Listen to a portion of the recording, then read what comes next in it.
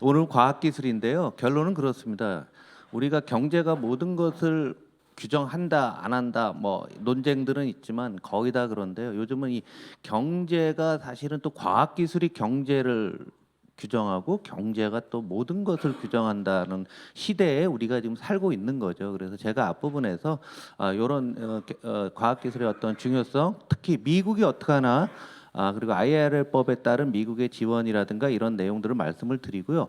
뒷부분에 우리 고태봉 상무는 우리나라에서 최신 기술에 대해서 가장 많이 알고 있고 정부 정책에도 깊숙이 관여하고 있어요. 그런데 오늘 8시 10분까지만 해달라고 또 이 계속 이 회의실에 문제가 생겨갖고요. 모자라면은 다음에 불러서 다시 한번 계속 듣도록 하겠습니다. 과학기술이 우리가 어떻게 될까라고 보면 이 사진 많이 보신 걸 거예요. 1900년에 왼쪽 그림을 잘 보시면 마차가 끌고 있거든요. 뉴욕에서. 1913년에 차로 싹 바뀌는데 13년 만에 그런데요. 사실은 그게 아니고 미국의 모델 T가 나온 게 2008년이거든요. 포드 자동차 2008년에 나왔는데 13년에 이렇게 바뀐 거거든요. 불과 5년 사이에 이렇게 바뀌는 거예요. 지금 우리가 겪고 있는 AI가 됐건 과학기술의 혁명이라는 것은 그러면 2010년쯤 사는 사람은 무슨 생각을 했을까? 그 당시에는 마차도 있고 자동차도 있고 하는데 그런가 보다 하다가 그냥 간 거죠. 또 다른 사례가 또 있습니다. 라이트 형제가 비행기 띄운 게 이거밖에 안 돼. 1903년이에요. 이렇게 떴잖아요. 2008년에 보잉사, 우리가 아는 보잉사가 회사가 설립했어요. 뭘로 만들었냐면 우편 배달로. 미국은 미시시피 강이 넓으니까 이게 이제 강에 이렇게 앉아갖고서 우편 배달로 하던 거죠. 2008년이에요. 상업적인 걸 시작한 지. 그런데 2015년, 16년 이때 예? 뭐? 그러니까 1900. 그 알아들으셔야지 참내들. 그래서 이게 딱 보시면 보잉이 창업한 지 10년도 안 돼 갖고 두 발로 날르다 이런 비행기에서 단발이 오고요. 몇 대 됐을까요? 이때 한 대였잖아요. 우리 전 세계 비행기가. 이때 몇 대 있을 것 같아요? 진섬 의원님 몇 대 있을 것 같아요? 1000대? 1차 세계대전 때 공중전 했을까 말았을까요? 했겠죠. 그런데 1000대 갖고 되겠어요? 20만 대가 됩니다. 네, 20만 대가 되는데 그 중간에 비행기를 하다가 그냥 비행기 날아간 거예요. 그러니까 그 과학기술의 혁신이 벌어질 때 그 가운데 있는 사람은 잘 못 느낀다는 그 말씀을 드리는 겁니다. 우리 과학기술의 역사를 놓고 보시면 그 에디슨의 백열등 전화기부터 쫙 자동차 지금 얘기했죠. 나우턴서 라디오 뭐 페니실린 뭐 하다가 피임약도 굉장히 중요한 거죠. 58년 개띠 때 개발이 되고 왜 베이비 부머가 63년에 1차 끝나냐면 피임약이 세계적으로 보급이 돼서 그래요. 의원님들 이 정도는 알고 계셔야 돼요 지금. 그래서 저출산 고령화 출발이 나오고 뭐 이런 것도 쭉 나오는데요. 우리는 그럼 다음은 뭘까라고 보는 거죠. 지금 누가 얘기해도 AI 시대고요. 양자 기술도 있고 우주 기술도 있고 바이오도 있고 별의별 것들이 다 있을 거예요. 오늘 이런 기술을 좀 우리 고태봉 센터장이 얘기를 해주실 거고요. 기업이건 나라건 간에 이 과학 기술을 몰라타지 못했을 때 망한다는 거예요. 혁신의 가장 장기간에 걸친 혁신은 우리 소프트웨어 입장에서 문화적인 입장에서는 디즈니입니다. 디즈니가 1920년에 나서 지금 100년 기업이 됐는데 여러분들 디즈니를 보면서 성장을 하셨고요. 여러분의 자녀도 그렇고 여러분의 손자도 디즈니를 봤는데 쭉 오고서 진짜 새로운 기술들을 다 받아들였는데 요즘 와서 디즈니가 어리버리해진 거예요. 그러더니 크루즈 사업을 한대요. 저는 여기에 대해서 디즈니에 대해서 좀 실망을 한 거죠. 기술이 아니라 자기네가 더 이상 혁신을 못하게 되니까 딴 데 것을 뺏어 먹겠다라고 나오는 거죠. 그래서 디즈니를 주목하는데 돈은 벌지 모르나 혁신 기업의 이미지는 지금 124년 만에 120니까 104년 만에 사라지게 되는 겁니다. 그래서 기업이 됐건 국가가 됐건 새로운 과학기술이 만드는 거예요. 이것이 역사를 만들고 이게 경제를 만드는 거고요. 이 경제가 사회 전체를 규정하게 되고 우리 안보도 이제는 과학기술이 안보가 되는 거죠. 왜 안보로 연결이 되냐면은 가장 중요한 부분들을 한번 놓고 보시면은 미국의 독점 시스템이라고 제가 명명한 말이에요. 미국이 그러면 무슨 힘으로 세계를 지배하느냐? 민주주의를 세계에 돌파하고 소프트 파워가 있고 군사력, 과학기술, 기축통화, 뭐 금융자본 독점, 원자재 독점 세계화 이런 거 했는데 다 잊어버리고요. 미국이 이제 남은 거는 이쪽밖에 없습니다. 군사력 강합니다. 그런데 이제 군사력은 과학기술이 뒷받침되지 않으면 군사력이 되지가 않습니다. 그러니까 미국의 입장에서는 군사력을 유지 못하는 순간에 모든 것이 다 무너질 수도 있는 거죠. 기축동화 효과 군사력에 기반하고 있는 거고요. 요거는 뒤에 미국의 어떤 패권에 대해서, 패권의 본질에 대해서 시간이 되면 제가 말씀을 드릴게요. 그런데 이 과학기술에 경제가 또 개입이 되는 거 아니에요? 엔비디아 왜 안 돼? 전 세계 한국 사람 중에 엔비디아 가진 사람이 어마어마하게 많습니다. AI가 이제 앞으로 전쟁은 다 AI가 치를 거 아니에요? 그러니까 과학기술이 경제와 연결되고 이게 많은 걸 규정하는 거죠. 이제 남은 건 두 가지예요. 그런데 이 금융자본들과 과학기술이 완전히 결합이 되고 있습니다. 그래서 미국 입장에서 굉장히 중요한데 미국이 지금 힘이 없는 거예요. 보스턴 컨설팅에서 2032년이 되면 국제 교역량을 봤더니 중국, 한국, 일본하고 아세안 쪽에 이렇게 교역량이 6,160억 달러 는다는 얘기고요.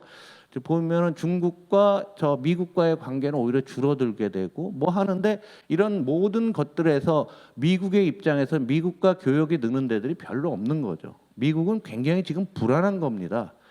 그래서 지금 세계적인 제조업 강국으로 볼 수 있는 게 미국, 독일, 프랑스, 일본, 한국이 전 세계 제조업 비중을 중국 한 나라가 엎어버렸거든요. 엎어버리게 되면은 패권은 그냥 자동으로 넘어가는 거예요. 이 과정에서 딴 나라들은 계속 떨어지는 한국도 마찬가지라는 거죠. 한국이 글로벌 제조업 비중이 지금 계속 떨어지고 있는 게 3.4 정도에서 2.5. 그러니까 우리는 한 지난 20년간 길게 놓고 보면 또 짧게 보면 10년 사이에 한국의 제조업 비중이 이렇게 떨어지고 있고요. 미국은 미국 나름대로 계속 떨어지니까 불안한 거죠. 미국 패권 유지할 수가 없다라고 보는 거죠. 더군다나 미국이 만드는 아이폰의 구조가 안에 있는 거 다 동아시아에서 다 만드는 거잖아요. 디스플레이도 우리가 LED 디스플레이도 만들고 뭐 모든 게 다 만드는데 얘네는 다 만들어서 디자인 값으로만 봤는데 기능으로 놓고 보면 이제 갤럭시가 됐건 중국의 화웨이가 상당히 많이 따라간 거죠. 이런 상태로 패권 전쟁을 치르기도 어렵다라고 보는 거죠. 중국에 어마어마하게 빠른 속도로 밀리고 있는 겁니다. 더군다나 중요한 게 글로벌 특허를 갖고서 이제 160만 개 특허를 봤더니 중국이 38%, 미국이 18%, 일본이 16%, 자랑스럽게 한국이 10% 정도 갖고 있다는 거예요. 그런데 아주 좋은 거, 최고의 기술들은 중국이 29개, 미국이 4개밖에 안 된다. 여러분 이게 특허나 기술이나 뭐나 있잖아요. 관점을 바꿔야 돼요. 전 세계 평균으로 놓고 보면 한국이 굉장히 많아요. 높은 비용 나요. 로봇 사용량 한국이 세계 1위라고 하는 거예요. 그 이유는 간단해요. 한국이 국가 사이즈에 비해서 자동차 산업이 워낙 커갖고 자동차 산업에서 로봇 많이 써서 그런 거지 우리가 로봇을 광범위하게 써서 그런 건 아니에요. 그리고 한국의 기술은 세계 탑티어이기 때문에 2등 기술은 필요가 없는 거예요. 그러니까 미국과 똑같은 상태로 우리가 투자를 하지 않게 되면 큰 문제가 발생하는 거죠. 그런데 이런 특허들이 어디서 주로 나오냐면 이런 데서 중국이 다 먹어가고 있는데 이렇게 지나서 10년이 지나면 이 특허 기술이 응용 기술화돼서 우리 현실로 들어오게 되면 미국은 갔다라고 보는 거죠.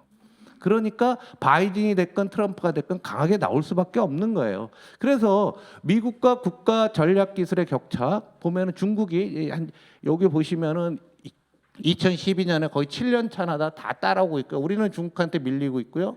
유럽은 옆으로 쭉 가고 있는 거 뭐 산업이 없으니까 그런 거죠. 계속 밀리고 있는 그런 상황인 겁니다. 오늘 시간 관계 때문에 자세히 설명 못하는 거는 여러분들이 보시고요. 특히 요 용어 있죠. 테크노폴리틱스라고 이게 이제 요즘 유행하는 용어예요. 정치와 기술, 과학 기술을 결합해서 보는 거니까 여러분들이 좀 많이 써주시기 바라고요. 그런데 이제 미국도 투자를 해야 되는데 문제가 생긴 거죠. 어찌 됐건 잘 보시면 트럼프 말기부터 바이든 때부터 미 정부의 R&D 예산이 GDP 대비는 줄었다가 조금 늘어나는데 여러분 아시죠? 지금 모든 비율이 문제가 생겼다. 분모가 명목 GDP니까 물가가 많이 오니까 분모가 커진 거예요. 근데 금액으로 놓고 보면 이렇게 늘었는데 왜 비율은 안 올라갈까요? 분모가 커져서 그런 거죠. 그래서 이렇게 올라갔는데 끝에 와서 꺾이잖아요. 왜 꺾이는? 미국 재정이 굉장히 어렵거든요. 그러나 미국은 독특한 나라예요. 모든 투자에서 빨간색 민간이 주도하는 나라입니다. 미국은. 그러면 미국이 정부가 더 이상 못하니까 민간 너 더 투자하세요. 민간이 안 되니까 한국, 일본, 이런 대만 이런 나라 와서 미국에 투자하라고 한쪽에서 하면서 민간화서 하는데 여기서 함의가 있습니다. 그 과기방통위에서 여러분 잘 생각을 해보시면은 민간이 투자하려면 얘들은 조건을 거는 거예요. 규제 재검토, 규제 완화, 또 새로운 규제도 만들어야 돼서 그래서 할 일이 되게 많은데 요즘 위원장도 계시지만 그 방통위만 하잖아요. 과학은 안 하고 있는데 과학 쪽에서 이 부분이 굉장히 큰 화두가 될 거고 트럼프가 되면 더 그럴 것 같고요. 해리스가 돼도 규제와 관련된 부분들은 새로운 형태로 미국이 나올 테니까 우리가 2년 전에 미국이 IRA법 나왔을 때 그거 우리나라 대사관이 몰라갖고서 난리를 쳤던 기억들 아시잖아요. 이번에는 우리가 선제적으로 그걸 받기 위해서 외통이나 과방위에서도 이 미국에서 어떤 규제를 하는가 향후 1년 내 대선 이제 11월 초반에 끝나고 나게 되면은 그 이후에 이런 규제 해제들이 굉장히 많이 있을 거다라고 봅니다. 이 중에서 중요한 게 하나 있는데요. NSF 미국에서 이제 국가가 나서서 중요한 기술들 이런 기술들입니다. 미국은 다 할 수 없다라고서 규정을 정한 거예요. CET 기술이라서 이 기술들에 대해서 정부가 나서서 예산을 여기다 팍팍 몰아주고 있는 거예요. 여기가 옛날에 박정희 시대 때 오원철 씨가 하던 거 있죠? 기억나시죠? 우리나라 중화공업 육성하고 방산 육성하죠. 그런 그 정도의 주도력을 가졌는데 다 하는 건 아니고 요 정도만 하겠다는 거예요. 다 할 수도 없어요. 그래서 미국이 국가가 주도하는 이런 예산을 잘 보시면은 예산안이 자 2010년부터 옆으로 쭉 가잖아요. 가다가 바이든 오면서부터 쫙 올렸단 말이에요. 이거는 국가는 요 정도 하고 나머지 민간들이 어마어마하게 투자를 해갖고서 한 10년쯤 지나게 되면 중국 작살낼 수 있다. 이렇게 믿고 있는 것 같습니다. 그래서 트럼프 캠프에서는 AI 맨하탄 프로젝트라서 여러분 그 오펜하이머 영화 보셨지만 맨하탄 프로젝트라고 해서 얘네가 이런 거를 하겠다라고 얘기를 하고 있습니다. 그리고 지금 투자 유치와 관련해서 IRA법에 있어서 미국이 딴 나라한테 니네 우리나라 투자 안 하면 큰일 나지 하고서 엄청나게 지금 미국에서 지원들을 하고 있는데 한국의 이슈는 다 이제 세액공제만 하고 있는데요. 이게 이제 보조금을 주냐 마냐인데 딴 나라 다 주거든요. 요게 이제 이슈인데 우리나라가 생산 단가가 딴 나라에 비해서 한 70%밖에 안 돼요. 그럼 보조금 주는 이유가 그 생산 단가 차이를 하는 거예요. 그래야지만 미국 갈 거 아닙니까?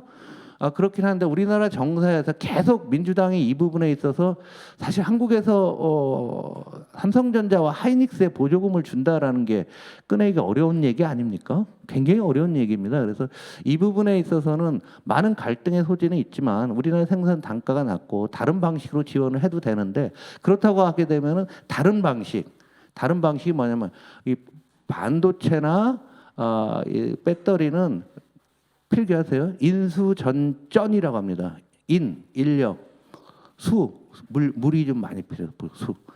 전기. 그다음에 전은 뭐예요? 돈.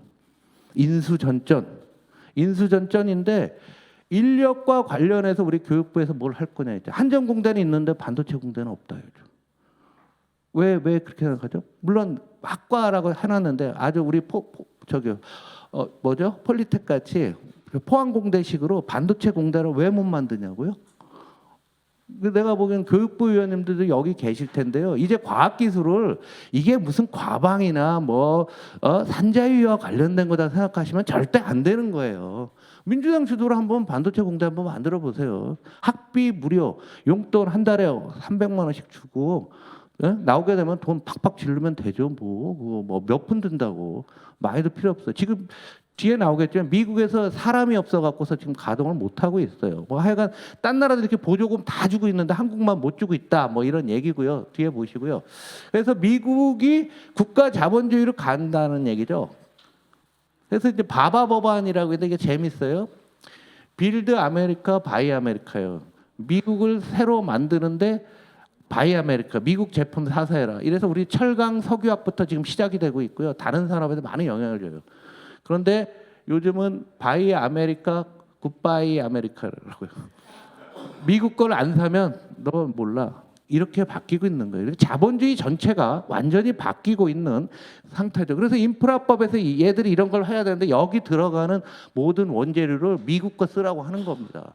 그래서 미국 진출이 지금은 반도체, 배터리 중 자동차 3대 축으로 가고 있는데 다른 산업들도 가요. 지금 전기줄 만드는 회사도 미국으로 갑니다. 미국의 전력 인프라가 후지니까.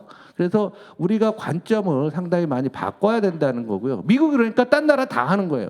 산업정책, 경제개발 5개년 계획 우리는 어렸을 때부터 계속 봤지만 선진국 중에서 이런 거 하는 나라 하나도 없었어요. 다 해.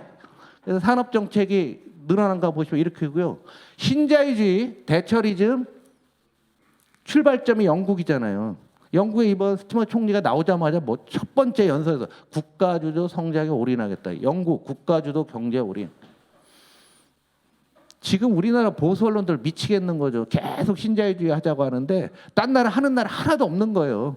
그러니까 막 논점이 막 얼크러져 있는 게 현재의 상황이다라는 얘기죠. 프랑스는 뭐 잘하고 있는 건 아니죠. 여기는 주워 먹게 하는 거예요.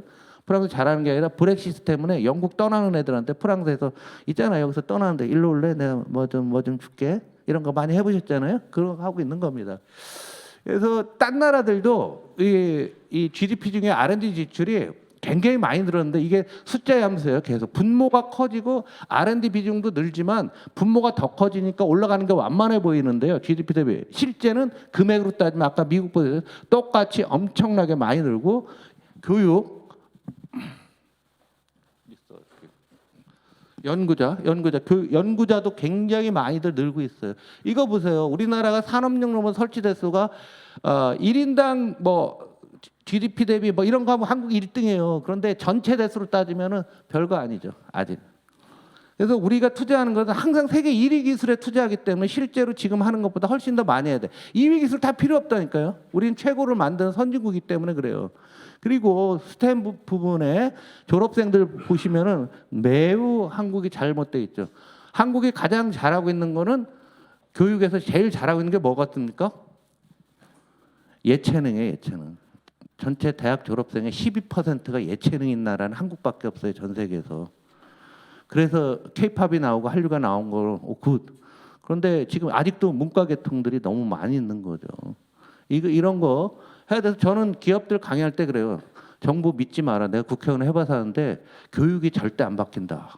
교육부 절대 안 바뀐다. 그러니까 네가 키워라. 삼성전자가 소프트웨어 인력 1년에 1,500명씩 키우고 있잖아요. 안 돼요. 그러나 여러분들 시도는 좀 해주시는 모습들이 필요하다라고 생각하고요. 단지 운인데 제가 인수전전이라고 했는데 미국이 안 되는 게 인이에요. 사람이. 반도체 공장에 이렇게 여러분들 이렇게 옷 이렇게 입고 들어간 거 있죠? 여러분 들어가서 그 몇 분 있을 수가 있다고 생각하세요? 군대 있을 때 남성 의원님도 방독면 써봤죠? 방독면 쓰고 몇 분 있을 수 있는데 뭐 다른 쪽으로 동네에서 하신 분들은 잘 모르시겠지만은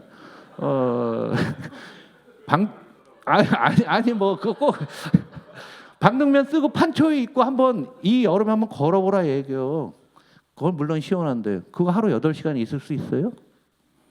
미국 사람들이 가능할까? 스마트폰 다 뺏고 8시간 근무하면 할 것 같아요? 내가 택도 없다고 봅니다. 그래서 저는 이거보다도 지금 이제 원래 이제 이게 TSMC 2025년 뭐 삼성전자 올해라고 했는데 다 늦춰지고 있어요. 제가 보기엔 2028년 9년 가야 되고 생태계 만들려면 시간 더 걸려요. 우리한테 기회예요. 이때 한국은 뭐 해야 되나? 최첨단 최고의 반도체 한국에서 지면은 되는 거죠. 그리고 제조 시스템 만드는 거 이게 인양바 있잖아요. 일론 머스크가 이랬잖아요. 시제품만 간단한데 제조 시스템 설계는 자동차 자체 설계보다 100배나 어렵다는 거예요. 미국이 안 하다가 이걸 진짜로 할 수 있을까? 사람도 없는데 쉽지 않을 거예요. 다음번 미국 대통령은 지금은 출발한다고 막 소문냈는데 점점 문제들이 지금 계속 발생할 거로 보고 있습니다. 어찌 됐건 우리 입장에서 보면 6대 미래 산업이라고 정한 겁니다. 그런데 반도체 디스플레이 2차전지 미래 요것들의 우리의 수출 비중을 놓고 보시면은 한국이 31%, 대만은 제외해야 돼요. 대만이 TSMC에서 잘한다고 소리 언론들 하지만 말도 안 되는 소리예요. 한 제품의 경제의 절반 있는 나라가 이게 무슨 잘하는 거 아닙니다. 우리나라가 훨씬 나은 거예요. 이런 상태인데 수출 비중이 이렇죠. 글로벌 수출 비중을 놓고 보시면은 중국이 이 산업에 있어서 14.5, 한국 8.4 이랬는데 지금 다 한국만 비중이 낮아지고 있어요.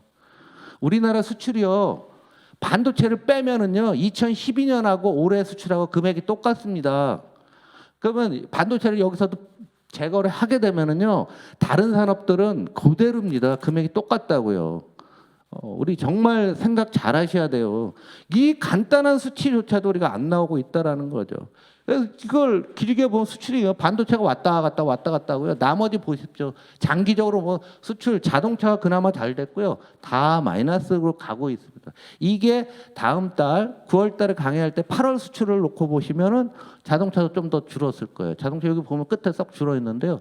만약에 반도체가 줄게 되면은 내년도 올 4분기부터 내년도까지 우리 경제 생각하시는 것보다 훨씬 더 어려워질 거라는 얘기죠. 우리 뭐 하고 있냐 이게요. 미국만도 못하고 투자 다 줄고 있고 숫자 다 줄고 있는데 이게 무슨 과방위 산자위만의 문제가 아니라 우리 전체의 문제고요. 두뇌 유출도 있잖아요. 우리 10점 만점에 4.6은 낮을수록 유출이 많이 된다는 건데 한국 그렇고요. 우리나라 최상위 과학기술에서 서울대가 뭐 이 등수가 맞는 건 아니겠죠. 서울대 카이스트 이 밑에 있고 다 중국 애들한테 밀리고 있는 거예요. 시간을 끌면 끌수록 중국한테 밀릴 가능성이 훨씬 크다 얘기예요. 이럴 때 우리가 과감하게 훌훌 던지고 말아야 된다라는 얘기입니다. 오늘의 경영 팁은 여기에 맞는 거예요. 피할 수 없는 요즘 문해력에 문제 있다는 말씀 많이 드시잖아요. 어제도 청문할 때 보니까 답변하는 사람도 그런데 새로운 과학기술의 시대는 여기 빨간색으로 써놓은 말이 있잖아요. 여러분들이 좀 이런 유식한 언어를 쓰시게 되면은 딴 사람들이 이해를 못하고 깜짝 놀라서 찾아보면서 민주당에는 경외감이 있지 않을까라는 생각을 드리고요. 시간 관계상 오늘 앞에 의장님 오셔서 한 10분이 지연이 됐는데 제가 요즘 느끼는 것 중에 하나가 경제 문제. 우리 경제는 민주당 우리 공부를 하고 있는데요. 일반 시민의 입장에서는 경제에 대한 민주당 목소리 하나도 안 들려요. 여기 대변인실에서도 나와 계시고 하는데요. 지금 경제가 개판인 걸 떠나서 정책이 완전 개판 5분 전이에요. 금융정책은 가끔 나오죠. 주택이 공급 부족한데 금리를 낮추고 돈을 푸는 놈들이 세상에 어디 있어. 이거는 말이 안 되는 얘기들을 지금 계속 하고 있고 금감원장이 뭐라고 했습니까? 금리에 더 적극적으로 개입하겠다 이번 일요일 날. 이런 말을 어떻게 해요? 그런데 우리가 그런 논평 한번 냈나요? 의원님들이 페이스북에서 말이 안 되는 소 민주당 의원들이 전부 다 좀 한번 해주셨으면 좋겠습니다.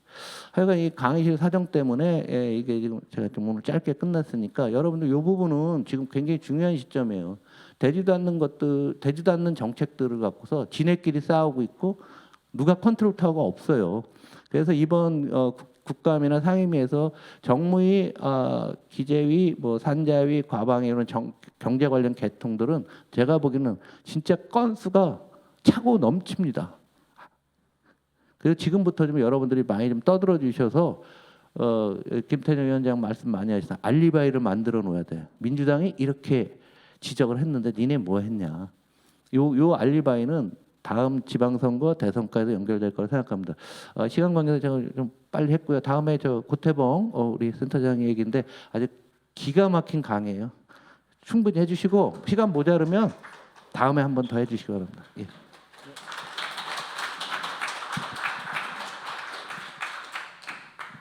네, 반갑습니다. 그 IM투자증권에서 리서치 본부장을 맡고 있는 고태봉입니다. 오늘 그 시간이 별로 없어서 그런데요. 저희 홍 전 의원님께서 저희 사주셨어요. 대우증권 시절에 워낙 혹독하게 가르쳐 주셨고 그래서 덕분에 또 이런 자리까지 쓰게 됐습니다. 저는 그 자동차 애널리스트를 25년 이상 했습니다. 그래서 자동차를 계속 봤는데 최근에 자동차 변화가 심상치가 않습니다. 그 아까 이제 그 홍 대표님 말씀 주셨지만 대한민국이 불이 났습니다. 여러분이 불을 꺼주셔야 돼요. 그래서 불이 얼마나 활활 타고 있는지 이런 것들에 대해서 조금 디테일하게 좀 설명을 좀 드리도록 하겠습니다. 일단 미래 기술에 대해서는 뭐 대한민국도 정의는 잘 내리고 있습니다. 예, 일단 과기정통부에서는 12대 국가 전략 기술이라는 게 있고요. 산업통상자원부에서는 산업대전환 초격차 프로젝트라고 내놨습니다. 보시게 되면 거의 비슷한 공통분모들이 있죠. 그래서 밑에 좀 추려놨는데요. 하나하나 다 설명드리고 싶은데 오늘 시간이 별로 없기 때문에 요 일단 이 주제들 그다음에 어떤 아이템들이 어떤 거 있는지는 한번 꼭 한번 읽어보시고요. 자, 대한민국 13대 주력 산업이 여기 있습니다. 이 자동차서부터 쭉 이제 나열이 되어 있는데요. 이게 우리나라를 먹여 살리는 기술들입니다. 근데 이 기술들이 현재로서는 대한민국이 굉장히 알토란 같은 산업들인데요. 앞으로 미래는 어떤 모습으로 바뀔까? 그래서 아까 얘기했던 그 13대 주력 과제들을 가지고 한번 좀 나열을 해봤고요. 밑에 제가 이 발을 좀 길게 만들어 놓은 게 보시면 인공지능하고 양자가 들어가 있습니다. 그러니까 인공지능 없이는 이 모든 인더스트리가 대부분 다 무용지물입니다. 대부분 다 우리가 인지 판단 제어라는 게요. 뭐든 이제 로봇을 돌리더라도 여러분 잘 생각하시면 제어 부분이 기계이죠. 공장 가 보시면 아마 대부분 다 이 시각 장애 로봇, 즉 눈을 감고 일정한 지역에서 물건을 들고 일정한 지역에 놔두는 이런 기계입니다. 근데 여기다 인공지능을 딱 설치하게 되면요. 예를 들면 공차가 발생하거나 오차가 발생해서 3mm, 5mm 정도의 오차가 발생하면 눈을 뜨고 나서 커렉션, 바로 수정을 합니다. 인공지능이 들어가면. 그러니까 지금까지 우리가 퀄리티나 이런 것들이 우리가 굉장히 인적 자본이 훌륭해서 잘 만들었다. 한국 사람 꼼꼼하다. 이런 것들은 이 인공지능의 존재에 의해서 완전히 이제 대체될 수 있다는 겁니다. 자, 인공지능은요. 디지털 0과 1이라는 바이너리로 이루어져 있는데요. 나중에 양자가 만약에 성공하게 되면요. 이제는 다진수의 개념이 됩니다. 여러분 이진수의 싸움과 다진수의 싸움 누가 유리하겠습니까? 양자가 들어오면요. 무조건 이깁니다. 양자가. 그렇기 때문에 이 두 개는 필연적으로 모든 인더스트리를 다 랩업한다 이렇게 보시면 될 것 같아요. 자, 그러면 한국에서 지정한 이 10대 기술만 중요하냐? 아닙니다. 미국에서도 야 2025년 이후에 어떤 기술을 더 봐야 되니? 라고 보시게 되면 양자 컴퓨터, 신경형 컴퓨터, 생성형 AI, 하이퍼 자동화, 음성 기술 쭉 보시게 되면 미국에서도 야 이거 25년 이후에 꼭 봐야 된다라는 기술을 하고 옆에 제가 매칭을 시켜놨습니다. 그러니까 주제 선정은 잘 했다는 겁니다. 한국이. 자, 그리고 제가 산업통상금의 알키미스트 프로젝트라는 게 뭐냐면 야 20년 뒤에 대한민국 뭐 먹고 사니? 이거 좀 잘 정해보자 해서 매년 뭐 똑똑한 분들 다 모셔놓고 하는 저는 이제 시장 통해서 굴러먹던 사람이니까 야 너 이거 돈 냄새 나는지 좀 봐라. 그래서 제가 유일하게 껴 있습니다. 금융 쪽에서. 그래서 매번 주제인데요. 이것도 제가 옆에서 한번 쭉 봤어요. 보면 매년 나오는 주제가 대한민국 20년 뒤에 뭐 먹고 살아야 되니 가지고 치열하게 고민하고 있습니다. 근데 그래 봐야 예산이 너무 작아요. 그래서 한참 토론하고 나서 정말 중요한 기술이 이거지라고 딱 초이스 해놨는데 결국 지원되는 금액은 굉장히 작은데다가 그 금액이요. 전부 다 수백 개 기관으로 쪼개지다 보면 꼴랑 2억, 3억씩 다 부스러기 나눠져요. 아까 홍 대표님 말씀 주셨죠. 하이닉스, 삼성전자에 직접 지원해 줄 수 있느냐. 저는 일이 되어지는 게 중요하다고 봅니다. 공평하게 나눠주는 게 중요한 게 아니라 결국 어떤 인더스트리가 되어야 되는 거지 않습니까? 그래서 부스러기는 잘게 나눠졌는데 결국은 그 기술이 완성되지 못해요. 너무 많이 봤습니다. 그런 것들을. 그래서 일이 되어지게 해줬으면 좋겠다라는 게 말씀드리는 거고요. 굉장히 이제 이런 분들은 한번 지켜보셨으면 좋겠습니다. 자, 제가 테슬라 얘기를 참 많이 드릴 수밖에 없는 게 뭐냐면요. 대한민국 제조업 강국입니다. 결국은 우리가 디지털 쪽에서 얘기하는 것도 중요하지만 물건 아니면 물리 세계에 존재하는 어떤 것들, 이 제조업들로 보게 되면 이 테슬라라는 회사를 저희가 꼭 주목해야 됩니다. 왜냐 일론 머스크의 기행, 뭐 이 트럼프에 딱 붙어서 뭔가 이제 기생한다 이런 생각 마시고요. 이 친구가 도대체 어떤 기술들을 만들지를 보시면요. 그래도 5,170만 인구의 대한민국과 기껏 해봐야 뭐 10만 명도 안 되는 이 테슬라가 영위하는 비즈니스를 한번 비교해 보십시오. 자, 대한민국 시스템 반도체 잘 못하고 있습니다. 테슬라가 D1 반도체 FSD 칩 직접 만들었습니다. 직접 설계했습니다. 그 TSMC한테 맡길 거냐, 삼성 파운드리 맡길 거냐 계속 고민하고 있는데 삼성이 자꾸 이 3나노에서 실패하니까 TSMC로 가겠다는 얘기죠. 바이오 헬스 우리 고민 많이 하고 있는데 얼마 전에 기사 났지만 뉴럴링크 뇌에다가요 칩을 꽂아가지고요 장애인 분이 결국 자기가 생각한 대로 로봇이 움직이죠. 이걸 계속 완성해내고 있습니다. 뉴럴링크입니다. 미래 모빌리티 이번 10월 10일 날 자율주행 로봇택시 이름을 사이버 캡이라고 짓겠대요. 사이버 캡을 공개하겠답니다. 여러분 이거 타다 이슈 때 저도 대통령 직속 자문기관에 있었는데요. 타다 문제 때 네 분이 분신하시고 택시하고 우리 얼마나 싸웠는지 모릅니다. 만약에 자율주행 택시가 나오게 되면요. 이거 또 한 번 전쟁입니다. 친환경 에너지, 테슬라 에너지 아시죠? 솔라월이라든지 이렇게 해서 태양을 가지고 특히 ESS에다 이 전기 집전하고요. 해결해 주고 있고요. 로봇, 테슬라봇 옵티머스, AI 빅데이터도 애들이 직접 하고 있습니다. 그록이라는 결국은 이제 LLM 직접 만들었습니다. 불과 1년도 안 됐는데 아주 훌륭하게 만들었습니다. 지금 이제 세계 3위권입니다. 오픈 AI 거의 맞짱을 뜨고 있죠. 사이버번 네트워크도 얘들 오픈 사이버 시큐리티를 갖고 있고요. 우주항공은 여러분 잘 아시는 것처럼 스페이스X가 팔콘 9, 그 다음에 스타쉽 띄워가지고 지금 42,000개의 저궤도 위성을 띄워서 전 지구를 통신으로 다 덮겠대요. 이거 대한민국에서 저궤도 위성 지금 프로젝트 하고 있지만 이거 일개 회사도 못 따라가고 있습니다. 지금 차세대 원전이나 양자 기술은 뭐 기업 단위에서 할 수 있는 부분이 아니기 때문에 빠져 있죠. 여러분 한번 생각해 보십시오. 한 개 기업 대 대한민국이 한번 싸운다고 생각했을 때 누가 더 앞서고 있습니까? 여러분 전 이걸 볼 때마다 잠이 안 옵니다. 왜 그러냐면 이게 인재의 싸움입니다. 일론 머스크가 나의 가장 강점은 사람을 잘 본다. 그리고 내가 기술을 가지고 있기 때문에 사람을 뽑을 때 이 사람이 정말 이 훌륭한 사람인지에 대해서 필터링이 되기 때문에 조금만 기술이 아웃되게 되면 바로 내보냅니다. 계속 새로운 사람을 수혈. 이 소수정예가 이 테슬라라는 회사, 즉 미국을 이끌어가고 있습니다. 자, 중국. 홍 대표님 말씀하셨지만 이 중국이라는 부분 때문에 정말 잠이 안 옵니다. 나중에 제가 구체적으로 말씀을 드릴 텐데요. 중국 제조 2025를 처음에 정말 웃었습니다. 우리가 과연 될까? 자, 핵심은 이겁니다. 1단계 핵심 소재 부품 70% 수준으로 작업하겠다는 게 25년까지입니다. 불과 2020년, 21년도에 언론을 보면요, 중국 제조 2025 잘 안 돼가고 있다라고 다 평가하고 있어요. 한국 신문에. 근데 최근에요, 어마어마합니다 지금. 얘들 생각은 2035년까지는 일본, 독일 추월하겠다. 근데 2049년, 2050년이죠. 미국을 추월하겠다. 여러분 이게 밑에가요 자동차에 대한 지원금입니다. 전기차에 대해서요 한국은 지금 EV 캐즘 때문에 난리도 아닙니다. 제가 오후에 또 산업통상부 들어갑니다. 이 전기차 캐즘 때문에 이렇게 투자를 해놨는데 갑자기 불이 몇 번 나더니 대한민국에서 전기차 안 사겠다는 겁니다. 빨리 불을 꺼야 되는데 중국 같은 경우는 지금 중국 제조 2025에서 보시는 것처럼 신에너지 자동차라고 있습니다. 여기 갖다 부은 돈만도 어마어마하고요. 아마 비아디라는 업체가 전기차에서 세계 1등 됐다는 기사 보셨을 겁니다. 여러분 정몽구 회장도 공장 하나당 30만 대 규모로 해서 1년에 2개씩 공장 지었던 어마어마한 속도의 사나이입니다. 근데 2년 동안 공장을 14개 지었습니다. 이거는 제가 자동차 역사상 본 적이 없습니다. 300만 대가 넘는 숫자를 2년 만에 애드했어요. 근데 중국 정부에 돈 들어간 거 보십시오. 이건 직접 꽂아주는 겁니다. 여러분 중국은 480개가 넘는 전기차 업체가 있습니다. 근데 이걸 중국 정부가 지금 118개로 압축을 했고요. 이걸 이제는 10개 단위로 압축하겠답니다. 종사자만 4천만 명이 넘습니다 지금. 이런 중국과 우리가 맞서 싸워야 됩니다. 자, 시스템 반도체. 저희 반도체가 가장 우리 맏형이기 때문에 사실 좀 걱정이 되는 부분이 시스템 반도체입니다. 여러분 잘 아시겠지만 메모리 반도체가 있고요. 시스템 반도체가 있습니다. 메모리는 뭐 대한민국이 꽉 잡고 있습니다. 이게 롬하고 램이라는 거고요. 근데 이 시스템 반도체 같은 경우는 여러분 잘 아실 것처럼 팹리스. 그러니까 결국은 공장이 없이 설계만 하는 애들이 있습니다. ARM이나 엔비디아 같은 업체들. 그다음에 대한민국이 잘 해야 되는 건 TSMC가 전 세계 62%를 장악하고 있고요. 삼성전자가 지금 13% 정도 하고 있는데요. 계속 밀립니다. 그리고 이번에 3나노 선곡하고 TSMC는 2나노 가겠다고 선언을 했고 돈을 엄청나게 때려박겠다고 이미 발표를 했습니다. 근데 삼성은 계속 밀립니다.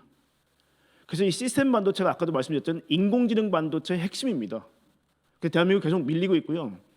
아마 작년 재작년에도 양양자 의원하고 계속 저희가 이 얘기를 했던 게 뭐냐면 반도체 좀 살리자 대한민국. 뭐 그렇게 해서 저희가 돌아왔던 기억이 납니다. 그래서 시스템 반도체는 여러분 왜 엔비디아가 시가총액 1위가 됐냐면요. 여기 보시는 것처럼 이게 H백이라는 반도체입니다. 호퍼백이라고 부르는데요. 이 반도체가 추론과 학습을 합니다. 지금까지 반도체는 기억만 했습니다. 근데 생각을 하고요. 학습을 해요. 이 반도체가 AI의 핵심이고요. 전 세계 90% 이상 독점을 하고 있습니다. 여러분 이 반도체 하나가 얼마인 줄 아세요? 이 조그만 반도체 하나가 대한민국 가격으로 6천만 원입니다. 이 하나가. 대한민국은요 지금 대기업이 다 돈을 투자해서 딱 2,000개 샀습니다 저거. 근데 테슬라만 하더라도 18만 개를 삽니다. 그러니까 인공지능에서 돈을 들이지 않고서는요 인공지능을 얻을 수가 없습니다 저희가. 자 이러다 보니까 우리가 그나마 하이닉스가 효자라는 게 뭐냐면 여기 보시는 HBM이라고 있죠. 이 반도체 칩의 후공정에서 이렇게 이 PCB 기판 안에 다 박아 넣어야 되는데요. 제일 비싼 GPU가 하나 들어가고요. 여기 6개 들어가는 게 하이닉스에서만 만듭니다. 삼성이 HBM을 계속 만들어 계속 실패를 했어요. 그래서 저희가 생각하기엔 야 대한민국 최고 기업인데 어떻게 HBM이 이렇게 중요한 거다 알면서도 이렇게 오랜 시간 동안 계속 실패를 하지? 때문에 우리가 삼성전자에 처음으로 실망을 한 게 바로 이 HBM입니다. 지금도 HBM 제품을 다 중국에만 수출하고 있다고 기사 보셨을 겁니다. 퀄리티가 떨어집니다 지금. 자 그러면 왜 중요하냐? 이 엔비디아가 만든 시스템이요 앞으로 모든 생태계에 전부 다 접목됩니다. 자율주행이 되기 위해서는 엔비디아 시스템이 필요하고요. 그다음 로봇이 들어가려면 엔비디아 시스템이 필요합니다. 얘들 걸 안 쓰고는 안 됩니다. 그래서 중요하다는 말씀인 거고요. 자 엔비디아가 하고 있는 게 하드웨어, GPU, CPU, 그다음 NVLink 같은 많은 하드웨어도 직접 만들고요. 시스템 소프트웨어가 제일 중요합니다. 제가 로봇 이제 이 교수님들하고 만나 보면요, 이 피직스가 뭐냐면, 야 인공지능이 물리 세계를 어떻게 이해하니? 중력, 마찰력, 구심력, 원심력 같은 물리 세계의 법칙들. 야 이거는 진짜 학습을 많이 하지 않으면 알 수가 없어. 이게 피직스라는 거고요. 야 카메라가 세상을 보려고 그러는데 빛의 굴절, 왜곡, 산란, 반사 이거 어떻게 극복하니 AI가? 이걸 극복하게 해주는 시스템입니다. 이게 들어가고요. 이게 여러분 잘 아시는 컴파일러. 대한민국에서 AI 반도체 만들려면 늘 안 된다고 얘기하는 게 뭐냐면 언어가 없어요. 언어. 그 반도체를 학습시키는 언어가 컴파일러 쿠다입니다. 이게 번역입니다. 통역. CPU를 GPU로 통역시켜 주는 거예요. 근데 이 쿠다라는 거를 꽉 잡고 있습니다. 엔비디아가. 그러니까 아무리 반도체 칩을 만들어도 이거 안 쓰면 안 되는 거예요. 그러니까 전부 다 엔비디아에 의존할 수밖에 없다. 그러니까 하드웨어, 소프트웨어가 되니까 플랫폼이 되죠. 하이퍼포스 컴퓨팅, AI, 그다음에 전 세계를 연결해주는 옴니버스. 이게 되다 보니까 여러분 보시게 되면 물리 모델, 헬스케어, 생명공학, 자연처리 언어, 그다음에 동영상 스트리밍, 추천, 아바타, 자율주행, 로봇, 비디오, 의료기기. 그러니까 우리가 보면 삼라만사에 걸쳐서 엔비디아가 영향을 미칠 수밖에 없게 되는 겁니다. 그러니까 얼마나 중요한 산업입니까 이게? 여기서 삼성전자가 발군의 힘을 발휘해야 되는데 계속 엔비디아가 밀리고 있습니다. 자 보시면 아이고 제가 여기 보시게 되면 엔비디아가 작년에 133.6%가 증가했는데요. 삼성전자가 마이너스 34.3% 줄었습니다. 무슨 얘기냐면 이 AI 반도체로 계속 치고 올라가고요. 삼성전자는 계속 밀리고 있는 겁니다. 이게 하여튼 저희가 반도체 쪽에서 문제가 좀 있는 부분인 거고요. 자, 근데 중국 애들이 또 여기 나섭니다. 반도체 굴기 잘 안 된다고 우리는 알고 있는데요. 이 화웨이라는 애가 인민군이에요, 제가 보기엔. 인민군 정보장교 출신들이 만들었지만 정말 얘들은 전투력이 만빵입니다. 야 분명히 ASML 같은 회사에서 노광 장비 수출 안 한다 그랬는데 일본이에요. 일본의 니콘하고 캐논이요 지금 이 반도체 장비 사상 최대입니다. 대중 수출이. 그러니까 되게 어떻게 보면 우리 편인 것 같으면서 얘들은 실리를 다 챙기고 있는 거예요. 일본은 이 DUV 장비를 가지고 반도체를 만듭니다. 그래서 지난주에 나온 기사입니다. 이게 화웨이가 엔비디아의 칩을 역전한다는 거죠 지금. 그래서 중국이 반도체 굴기가 어느 정도 먹히고 있다라는 겁니다. 미국에 수출 안 해도 우리 걸로 한다는 겁니다. 자, 그래서 삼성전자의 문제는 이겁니다. 대만과 미국 달리 저희가 굉장히 열세에 있고요. 지금 보시는 것처럼 계속 51%였던 TSMC의 시장 점유율은 계속 올라와서 62%까지 올라갔고요. 한때 18%까지 갔던 삼성전자는 11%까지 밀립니다. 그래서 TSMC에서 계속 밀리고 있다는 거죠. 그러니까 뭐 아까 대표님 말씀대로 대만은 워낙 편중돼 있기 때문에 건강은 저희가 훨씬 건강한 이 포트폴리오인데요. 삼성전자 대 TSMC로 놓고 보면 지금 시가총액이요 1000조 대 420조입니다. 반도 안 됩니다. 삼성전자가 우리나라 시가총액 1위가 계속 밀리고 있다. 그래서 또 하나 문제는 뭐냐면 여러분이 좀 도와주셔야 할 게 뭐냐면 투자가 너무 작다. 근데 삼성도요. 쉽게 말하면 너무 이 전쟁터가 좀 길기 때문에요. 전쟁을 해야 될 영역이 너무 많습니다. 삼성은 스마트폰도 싸워야죠, 메모리 반도체 싸워야죠. 영역이 크기 때문에 집중을 못하는 거죠.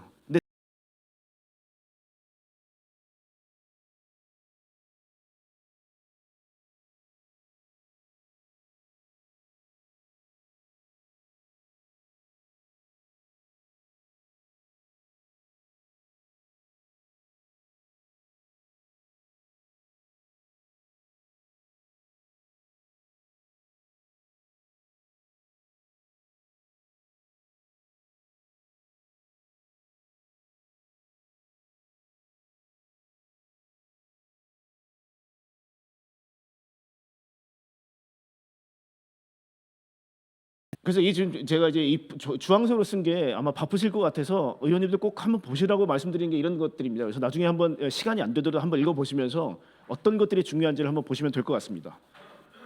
자, 오늘의 핵심이 자동차를 가지고 다 말씀드릴 수 있을 것 같아요. 자, 자동차 산업이 지금까지는 많은 부분에서 내연기관 자동차가 했던 기술들이 많은데요. 이 주황색이 전기차가 도입되고 나서 필요한 기술들, 뭐 예를 들면 충전기라든지 배터리, 이 배터리만 해도 대한민국이 지금 거의 2대 산업이 됐습니다 지금.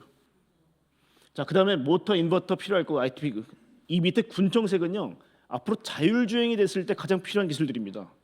반도체, 엣지 컴퓨팅, 이것도 전부 다 이제 파운드리에서 만들어야 되는 것들입니다. 클라우드, 매핑, AI, 빅데이터 이런 것들이 있어야 자동차가 되는데요. 왜 자동차가 중요하냐? 그렇게 중요하다는 반도체 인더스트리가 전 세계 815조밖에 안 됩니다. 마켓 사이즈가. 그리고 스마트폰도 694조밖에 안 돼요. 근데 자동차라는 녀석은요 6천조가 넘습니다. 똑같은 R&D 예산을 10%만 쓴다고 한번 생각해 보시죠. 지금 대한민국 로봇 회사들 그렇게 한번 언론에 많이 나오지만요, 기껏 해봐야 규모가 500억짜리, 뭐 1000억짜리밖에 없습니다. 로봇 회사가. 걔들이 10% R&D 예산 써봐야 100억밖에 안 됩니다. 연구개발 할 수 없어요. 워낙 작아요. 대신에 자동차 업체가 한번 R&D를 쓴다 그러면 얘기가 좀 다릅니다. 현대기아만 하더라도 합쳐가지고 거의 300조가 넘습니다. 10%만 쓰면 30조를 쓸 수 있습니다. 그러니까 자동차에서 낙수 효과가 어마어마하다. 그래서 자동차가 정말 중요하다라는 거고요. 보시는 것처럼 전기차 때문에 배터리 기술, 모터 기술, 감속기 기술, 충전기 기술, 배터리 매니지먼트 시스템 기술, 그다음에 관성 측정 유닛 이런 기술이 전기차 때문에 나왔고요. 앞으로 자율주행 때문에 우리 소위 말하는 AI나 빅데이터, 클라우드가 가장 필요한 게 이제 자율주행입니다. 왜냐하면 스스로 판단을 해야 되기 때문에 매핑, 비전 센서, 트윈이나 시뮬레이션이 전기차, 자율주행 이 두 개가 되면요, 이게 전부 다 로봇의 기초 기술입니다. 낙수 효과가 있다는 거죠. 그러니까 자동차가 만약에 자율주행이 되면 로봇 쪽에 이 낙수 효과가 어마어마하다는 겁니다. 그래서 전 세계 자동차 회사가 로봇을 만들겠다고 지금 나선 겁니다. 자, 원래는 자동차가 중국, 인도 애들이 차를 사기 시작하면 쫙 치고 올라갈 줄 알았어요. 연간 판매량이. 근데 요즘은 예측치가 다 이렇습니다. 2040년도가 돼도 1억 대를 못 팔 거래요. 2017년도 이미 9천만 대를 넘게 팔아봤거든요. 전 세계는. 왜 이렇게 안 팔리니? 자율주행하고 공유경제가 되면 사람들이 차를 안 살 거래요. 자, 그런데 원래는 저희가 전통적인 경쟁자들하고만 싸워왔습니다. 늘 토요타가 어떻지, 폭스바겐이 어떻지 하고 싸워왔는데 이게 웬 말이에요. 이게 너무 많은 업체가 태동됐어요. 여러분 테슬라가 이미 뭐 많이 올라온 거 잘 아시죠? 소니가 차를 만듭니다. 2036년서부터 미국에서 2026년도부터 미국에서 아필라라는 자동차를 만듭니다.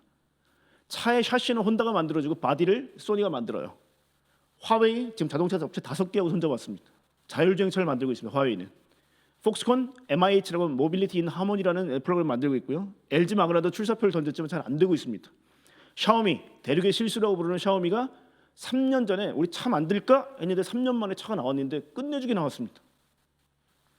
애플은 포기했죠. 자, 드리고 싶은 말씀은 뭐냐면 제한된 시장, 자동차 시장 무한대로 커지지 않습니다. 정해져 있는 시장에 플레이어가 너무 많이 늘었습니다. 자, 대한민국 자동차 몇 개 있습니까? 하나밖에 없습니다. 사실 KG 모빌리티가 나왔지만 워낙 약체기 때문에 현대기아 혼자서 맞짱 떠야 됩니다. 저는 현대자동차에 가서 당신들은 죽을 권리가 없다. 국민들이 당신들 죽으라고 허락해 준 적 없다. 무조건 살아서 이겨라. 자, 그게 메시지입니다. 자, 여러분 보십시오. 전기차가 성장을 멈춘 게 아닙니다. 계속 치고 올라가는데 우리나라는 지금 보급률이 8% 9%밖에 안 됩니다. 한국 사람들 똑똑하고 손해 보는 거 싫어하기 때문에 굉장히 잽니다. 근데 보조금을 많이 안 주게 되면 기본적으로 내연기관 선택할 수밖에 없는 상황이고요. 독일이 완전히 망신살 뻗쳤습니다. 러우 전쟁, 가스 가격 올라가고요. 그다음에 나토 분담금 때문에 국고가 바닥이 났어요. 제일 먼저 줄인 게 전기차 보조금 못 주겠대요. 미국도 지금 IRA 한 해 만에 하는 얘기를 하고 있죠. 서방 세계가 세상을 친환경 때문에 시스템을 바꿔놓고 중국이 미친 듯이 올라옵니다. 자, 보시게 되면 중국이 전체 자동차의 지금 전기차의 59%가 중국에서 판매가 되고요. 생산의 65%가 중국입니다. 그러니까 전기차 이꼴 중국입니다. 서방 세계가 만들어놓은 질서에 중국이 굉장히 빠른 시간 동안에 단련이 돼서 전기차의 압도적 1등이 됐습니다. 여러분 만약에 트럼프가 돼서 한 4년 동안 IRA 안 하고 전기차 보조금 딱 끊어보십시오. 지금 보급률 8% 9%에서 안 나갈 겁니다. 이번 7월에 중국에 처음으로 51%요 전기차가 내연기관을 처음으로 역전했습니다. 이번 7월에. 중국은 아시겠지만 이구안신 정책이라고요. 옛 것을 통해서 새 것으로 바꿔준다. 즉 옛날 차 주게 되면 보조금 주고 새 차로 바꿀 때 전기차를 바꾸면 훨씬 더 많은 보조금을 줍니다. 그랬더니 51%가 전기차가 된 겁니다. 판매량에. 중국이 압살하고 있습니다. 여러분 생각해 보십시오. 중국은 계속 치고 나가는데 서방 세계는 계속 제자리예요. 시간 지나고는 이 스프레드 극복 못합니다. 벌어지면 벌어졌지 절대 이거 못 줄입니다. 자, 그래서 정부의 인센티브가 축소되고 금리가 올라가다 보니까 자동차 가격이 너무 비싸진 거죠. 그래서 금리가 만약에 떨어지게 되면 좀 전기차가 팔릴 것 같은데 금리가 너무 높아졌다. 그 다음에 미국 자동차 업체가 재미를 못 보고 있습니다. 여러분 보십시오. 이 포드는 전기차 분야에서 별도로 수익을 보여주는데 마이너스 79.7%입니다. 여러분이 만약에 포드 사장이라면 전기차 분야에서 100원 주고 팔았는데 79원 적자면 장사하시겠습니까? 미국이 큰일 났어요. 중국은 저렇게 싸게 만들어서 팔아도 이익이 남는데 얘들이 이익이 남지 않아요. 그러니까 미국 정부도 되게 난처할 겁니다. 오바마 때 막 다 바꾸자 파리 기후협약 막 얘기를 했는데 막상 돈을 못 버니까 미치겠는 거죠. 여기다 만약에 중국산 자동차가 물밀듯이 밀려 들어와 보십시오. 이거 게임 끝납니다. 이게. 그러니까 막을 수밖에 없어요. 인위적으로. 자, 보시면 이게 중국 내 내수 시장입니다. 비아디가 2년 동안에 300만 대의 공장을 지었는데요. 여러분 공장을 지으면 감가상각이라는 게 있기 때문에 공장을 한 번에 14개를 짓는다는 건 상식적으로 이해가 안 갑니다. 중국 정부가 도와주지 않으면 어떻게 2년 동안에 공장 14개를 짓습니까? 바로 테슬라가 1등했던 중국에서 바로 치고 올라가서 세계 1등이 돼버립니다. 자동차 업체가 480개가 있다니까요. 죽든 말든 신경 안 쓰는 겁니다. 될 놈만 밀어주는 겁니다. 중국은. 자, 우리가 세계 3위라고 막 좋아하고 있습니다. 현대자동차가 세계 3위래. 우리 814만 대까지 해봤습니다. 814만 대가 된 데가 708만 대로 줄었는데 등수는 5등에서 3등으로 올라갔어요. 이긴 뭐겠습니까? 생산량은 줄었는데 등수는 올라갔다? 내연기관 죽는 속도가 더 빠르다는 겁니다. 우리가 잘해서가 아닙니다. 딴 놈들이 죽어서 그런 거죠. 중국 애들 치고 올라오는 거 보십시오. 제가 깃발을 꽂아놨습니다. 중국 애들 계속 이렇게 밀려 올라옵니다. 자, 이게 3년 전에 샤오미 대표가 우리 자동차 만들래? 그랬더니 다 웃었어요. 야, 니네 막 보조 배터리나 만들던 놈들이 무슨 자동차야? 3년 만에 그랬는데요. 이게 나온 게 수7입니다. 수가 중국말로 빠를 속자입니다. 빠를 속에다가 7. 굉장히 빠른 속도로 만들었지만 이게 전부 다 보시면 디자이너들 다 이탈리아 디자이너들 얘들이 이 스마트폰 만들던 애들이기 때문에 스마트 캐빈 전부 다 전자기기로 돼 있어요.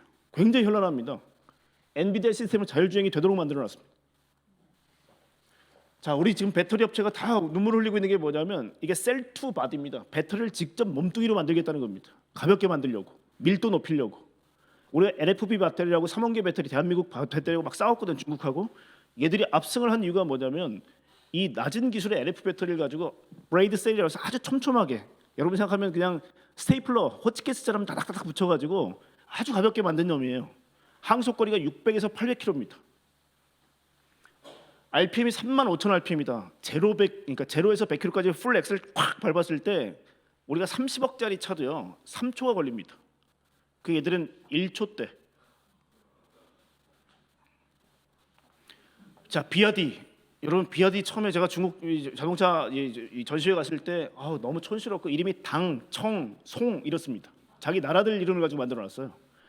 근데 이 디자인 좀 구려가지고 디자인도 구리다 싶었는데 이게 용의 수염이에요. 이렇게 보니까 좀 무서워 보여요. 여러분 비아디가 세계 1등으로 올라왔습니다. 지금 대한민국도 전기버스 다 얘들 거 도입합니다. 이미 영국도 다 도배를 해버렸습니다. 얘들이.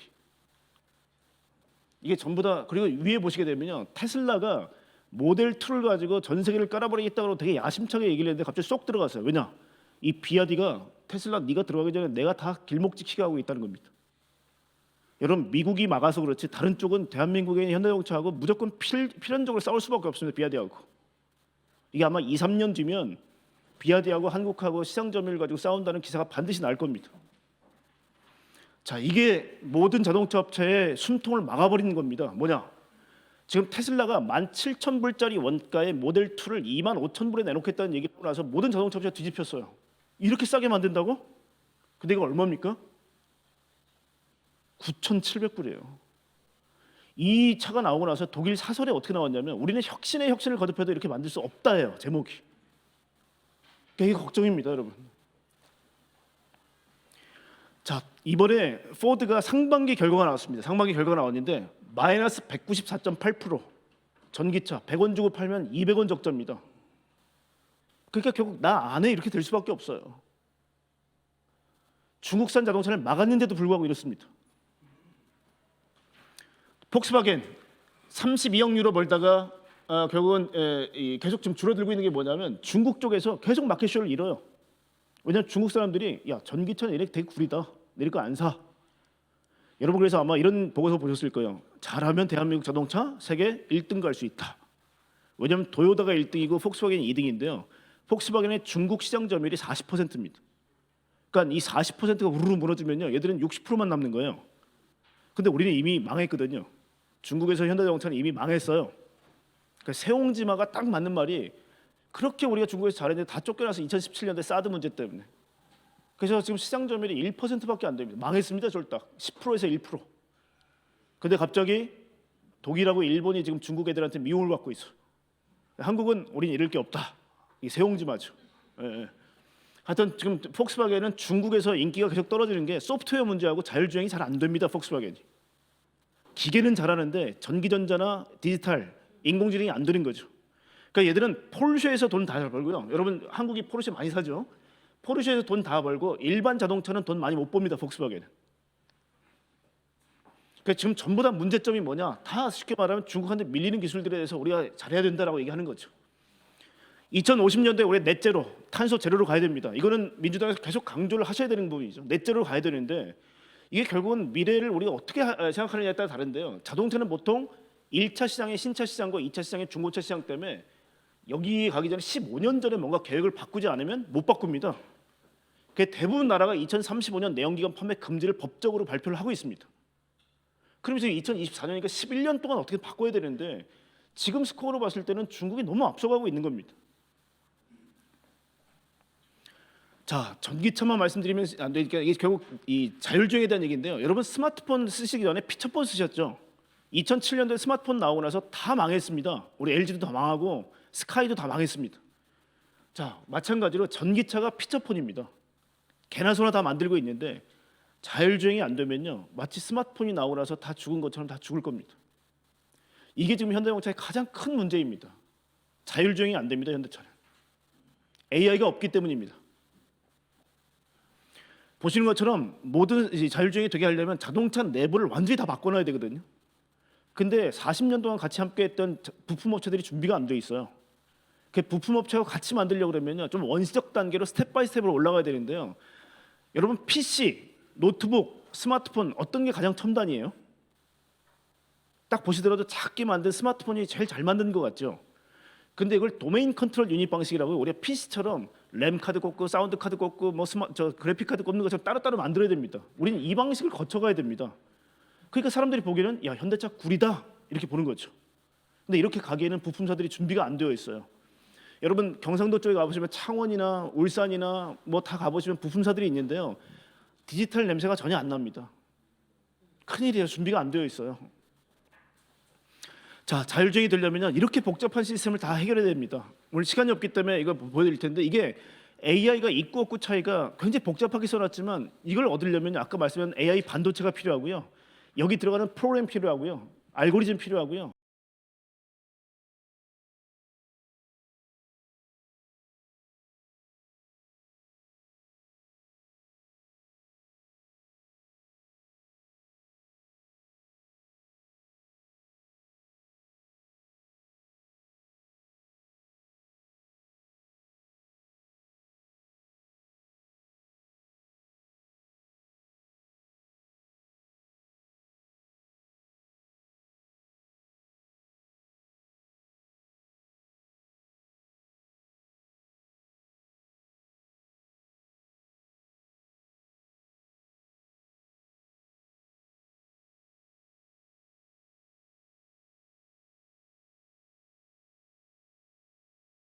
외세에 우리가 의존할 수밖에 없게 됩니다.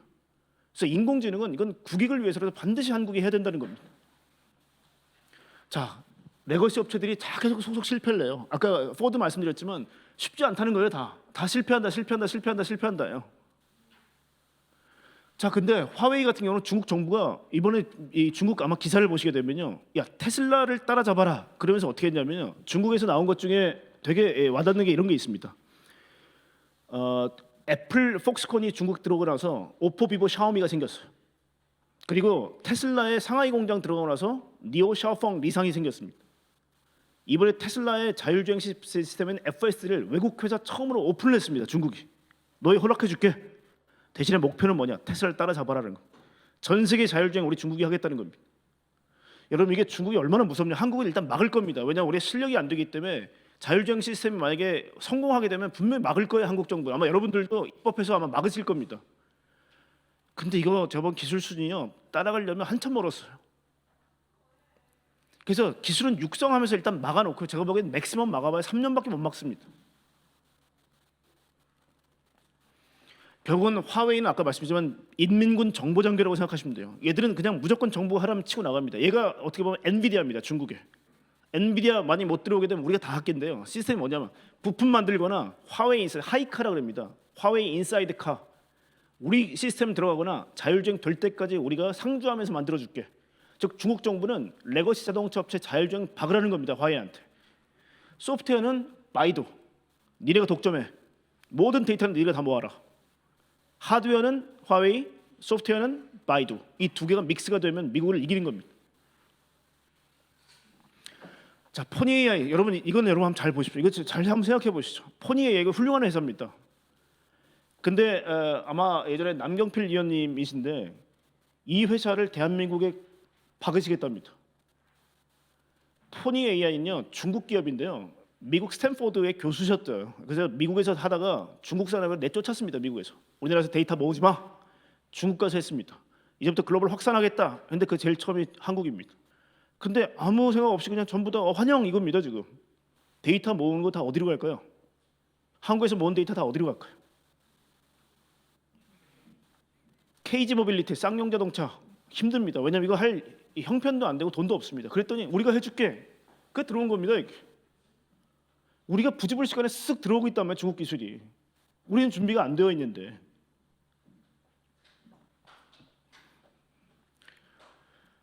자, 이건 뭐냐면 이게 시간이 없어 이걸로 끝낼 것 같습니다. 이게 다음에 제가 시간 주시면 그 뒷부분 할 텐데 이게 어떤 거냐면 트로이 목마다 전쟁 중에 적성 국가에 차가 들어왔다.